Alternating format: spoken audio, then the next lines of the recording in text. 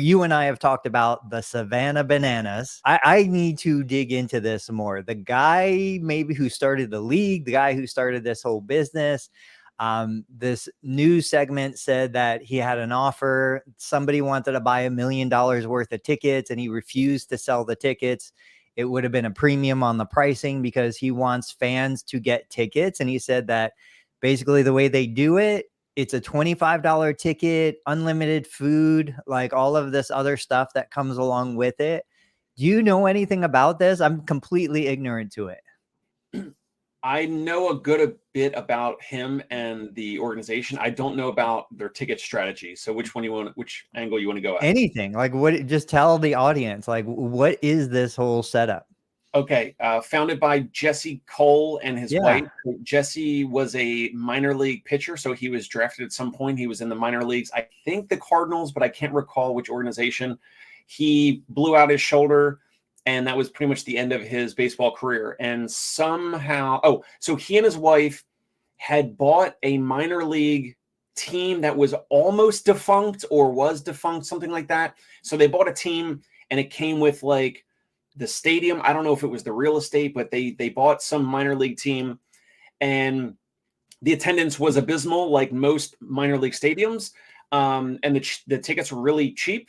There was basically no significant supporting structures, and somehow I don't remember the whole origin story, but somehow they try to do things differently. They try to do more of the fan engagement. If you go to a minor league stadium, there's some mini show in between every inning, and sometimes there's even something going on during an inning while guys are pitching and batting, which is a little wild, a little different. And so from that, he saw and he started to curate the whole fan experience to be the number one thing. In the minor leagues, the number one thing is the minor league baseball game, because the big team, the big show, the major league team just cares about their minor league guys getting reps and the ones that are going to, grow and go up to the major leagues. They want them to refine their skills. And then, a majority of the minor league guys end up just making, I don't know, 40, 50 grand a year and like traveling and playing baseball, but they're whatever. So Savanah Bananas, it evolved into the fan experience and doing more for the fan over time. And then somehow it turned into this banana ball. I think they call it banana ball. I'll fast forward to more recently, like they've been on Netflix. I think on this podcast or somewhere else, I said that he will, in maybe 20 years, he'll be a billionaire from this. Jesse Cole. He is like the Vince McMahon of baseball. So Vince McMahon, who started consolidated a lot of the regional wrestling back in, I don't know, like the 80s and 90s, and Vince McMahon's father did that or whatever. So he kind of is like, has like the Harlem Globetrotters of baseball, or the Vince McMahon, WWF, WWE wrestling of baseball. And I could go on and on. I mean, I have a whole bunch of data points around the things that he's talked about. I follow him on Instagram.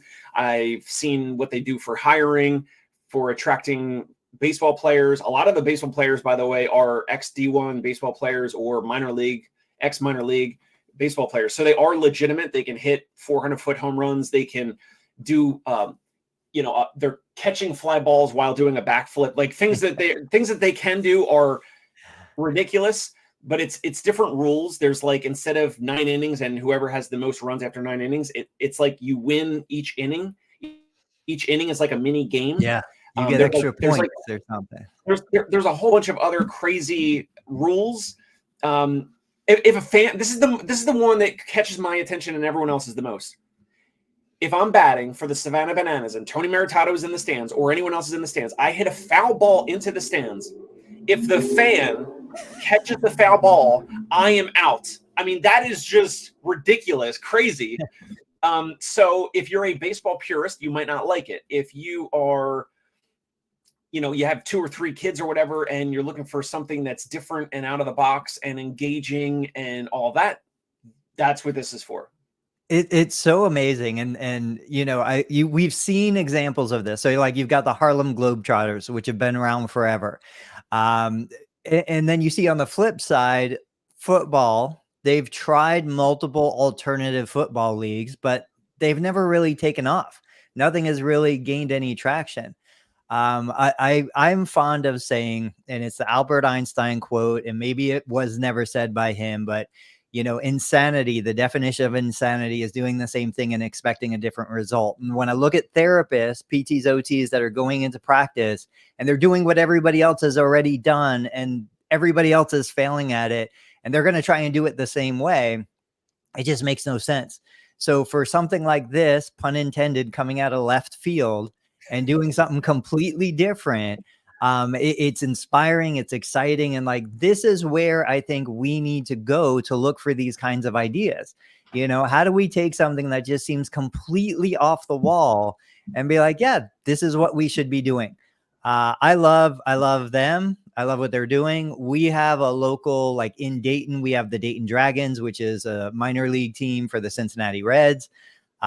I prefer going to the Dayton Dragons games because, like you said, there's entertainment between every inning. There's all this other stuff. The stadium is smaller. You're closer to the field. And these are pro players, you know, like we see them right before they move up to the major leagues. So they're just as good in terms of quality. But there are so many lessons we can pull from so many other businesses.